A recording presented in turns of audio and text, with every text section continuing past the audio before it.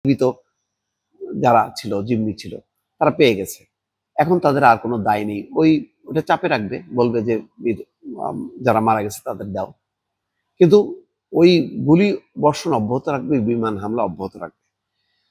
ফিলিস্তিন civil defence জানিয়েছে গাজা সিটির পূর্বাঞ্চলে আল শাফ এলাকায় দুটি আলাদা ঘটনায় 4 জন নিহত হয়েছে। নিহত ব্যক্তিরা নিজেদের ঘর বাড়ি দেখতে ফিরে আসলে দখলদার বাহিনী তাদের গুলি চালায়। দেখেন, তারা বাস্তুচ্যুত হয়েছিল, এখন নিজেদের ঘর বাড়ি দেখতে আসছে, গুলি করে মেরে ফেলছে।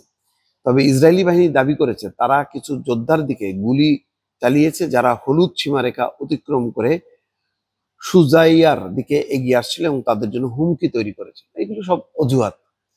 মূলত এই হলুদ রেখা হচ্ছে একটি সীমানা যা 4 অক্টোবর মার্কিন প্রেসিডেন্ট ডোনাল্ড ট্রাম্পের প্রকাশিত মানচিত্রে নির্ধারিত হয়।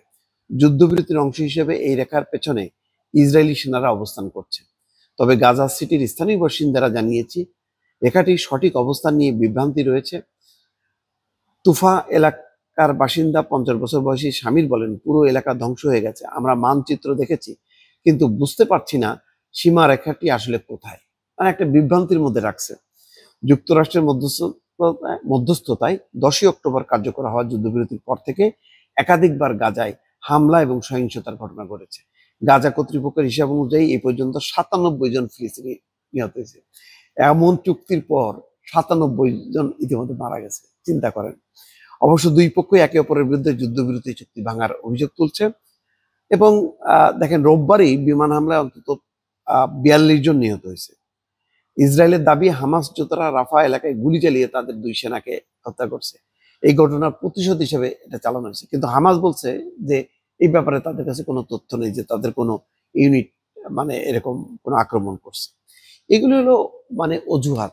আসলে আস্তে আস্তে এমন পরিস্থিতি তৈরি করবে যাতে গাজায় ফিলিস্তিনিরা আর বসবাস করতে না পারে। এটাই হচ্ছে লক্ষ্য।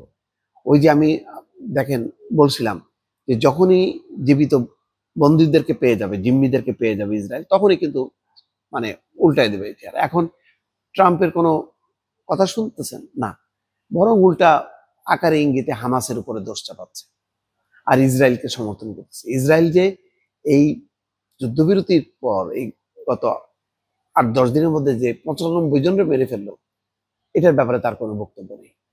এটা ঠিক আছে। এগুলি হলো খুবই একটা ধাপ্পাবাজি ছাড়া কিচ্ছু না। দুঃখজনক হচ্ছে তুরস্কের মতন শক্তিশালী দেশ এই ধাপ্পাবাজিতে অংশ নিচ্ছে।